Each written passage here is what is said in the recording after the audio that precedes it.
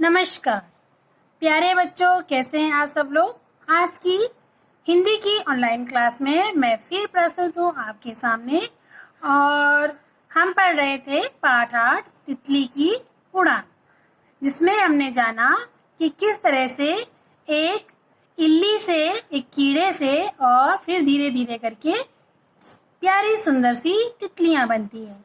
वो तितलियां जो बच्चों को सबसे अच्छी लगती हैं, है ना। फूलों पर तितलियां मंडराती हैं, शहद चूसती हैं, है ना। पराग चूसती हैं और शहद बनाती हैं, वो मधुमक्खियां होती हैं। बट हम पढ़ रहे थे तितलियों के बारे में। सुंदर सी प्यारी प्यारी सी तितलियां भी फूलों पर ही बैठती हैं।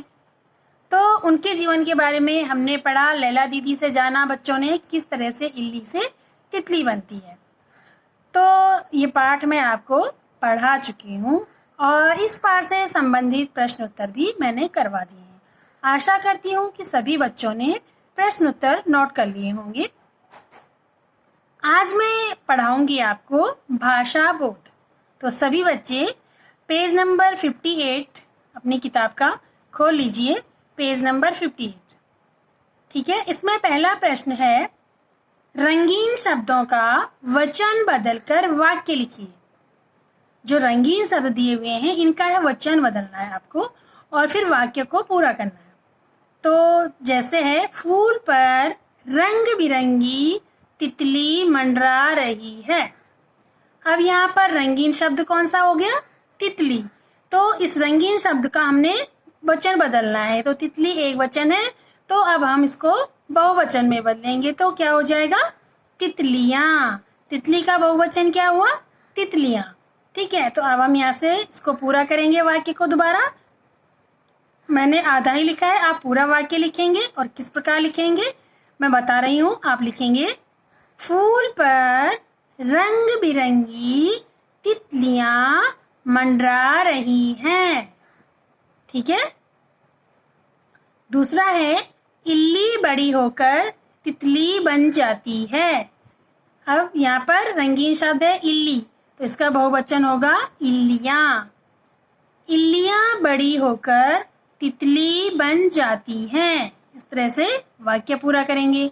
अगला वाक्य है, इल्लियां पत्ती खाती हैं। ठीक है, अब यहाँ पर रंगीन शब्द है पत्ती, तो वाक्य बनेगा, पत्ती का बहुवचन होगा पत्तियां। ठीक है, वाक्य बनाएंगे, इल्लियां पत्तियां खाती हैं। ठीक है, इस प्रकार से हम रंगीन शब्दों से बहुवचन बनाकर वाक्य पूरे करेंगे। तो चलिए देखते हैं दूसरा प्रश्न। दूसरा प्रश्न है, पढ़िए और समझिए। इसको पढ़ेंगे जो वाक्य दिए हुए हैं और उन्हें समझने का प्रयास करेंगे। तो पढ़ते हैं वाक्य। इल्लियां धीरे धीरे अपना रूप बदल लेती हैं। इल्लियां धीरे धीरे अपना रूप बदल लेती हैं। दूसरा वाक्य, इस वाक्य में धीरे शब्द का प्रयोग 2 बार हुआ है ना। धीरे शब्द का प्रयोग 2 बार हुआ है। तो ऐसे ही कुछ और शब्द अब तक पढ़े पाठों में से ढूंढकर आपने लिखने हैं। तो ये काम आप स्वयं करेंगे बच्चों। जैसे यहाँ पर एक शब्द बार बार आया है, धीरे धीरे, है ना। तो इसी तरह से आपको और शब्द ढूंढने हैं। बाकी इस पाठ के अंदर भी मिल सकते हैं और बाकी पीछे पढ़े हुए पाठों में से भी आप ढूंढकर यहाँ लिख सकते हैं। तो ये काम आपको स्वयं करना है। आप शब्द ढूंढेंगे और यहाँ लिखेंगे। ठीक है, इसमें समझने वाला और कोई खास काम नहीं है। प्रश्न नंबर 3 है, दिए गए वाक्यों में से क्रिया शब्द छांटकर लिखिए। जो ये वाक्य दिए हुए हैं, ये इन वाक्यों में से हमने क्रिया शब्द छांटने हैं। तो बच्चों, सबसे पहले मैं आपको बता दूं कि क्रिया शब्द क्या होते हैं। तो क्रिया की परिभाषा है, संज्ञा एवं, दोबारा रिपीट करती हूं इसको, क्रिया की परिभाषा को, जिस शब्द से किसी कार्य के करने या होने का बोध होता है उसे क्रिया कहते हैं। क्रिया का मतलब काम। तो जिस शब्द से यह पता चले कि कोई काम हो रहा है उसे हम क्रिया शब्द कहते हैं। तो अब हमें छांटना है वो शब्द जो क्रिया शब्द है। पहला वाक्य है तितलियों को मत पकड़ो। तितलियों को मत पकड़ो। तो ये इस वाक्य में बताइए क्या काम हो रहा है? पकड़ने का काम हो रहा है ना? तो यहाँ पर क्रिया शब्द हो गया पकड़ो। तो ये आपने क्रिया शब्द यहाँ लिख देना है, पकड़ो। ठीक है, इस प्रकार से। ख है फूलों को देखो। तो बताइए यहाँ पर क्रिया शब्द क्या होगा बच्चों? देखो। देखो शब्द क्रिया शब्द है, यहाँ लिखेंगे देखो।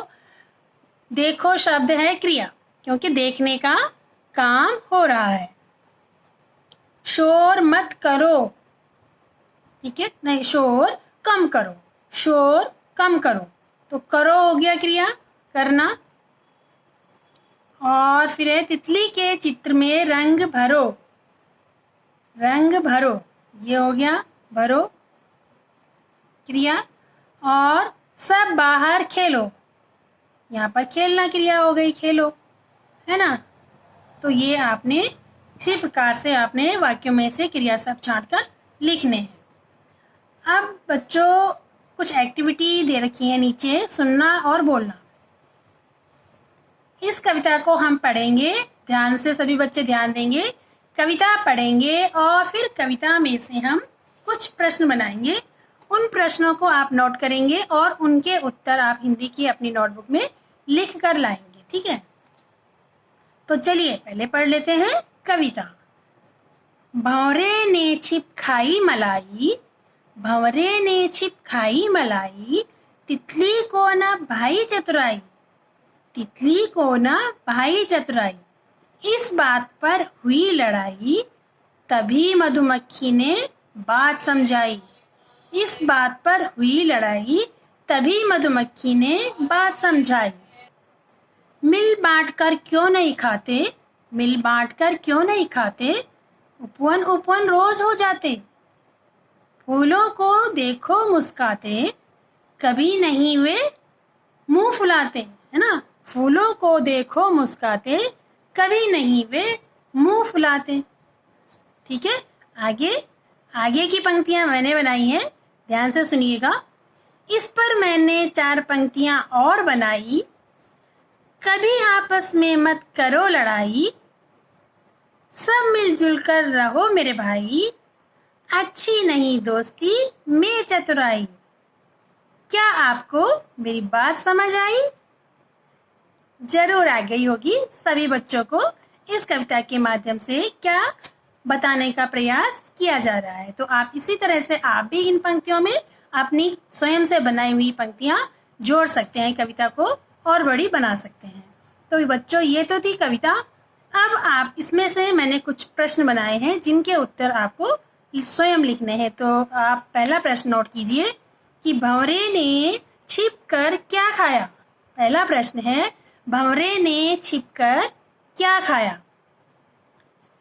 दूसरा प्रश्न है किसको चतुराई अच्छी नहीं लगी। किसको चतुराई अच्छी नहीं लगी। प्रश्न नंबर 3 है मुस्काता कौन है। मुस्काता कौन है। अगला प्रश्न है कि बात किसने समझाई। बात किसने समझाई। और प्रश्न नंबर 5वां है हमें कैसे रहना चाहिए। हमें कैसे रहना चाहिए। ठीक है, तो ये थे कविता से संबंधित 5 प्रश्न। अब इनके उत्तर आप हिंदी की नोटबुक में लिख कर लाएंगे। तो बच्चों इसी के साथ ये पाठ समाप्त हुआ। दूसरी वीडियो में फिर आपके सम्मुख प्रस्तुत होंगी। तब तक के लिए धन्यवाद।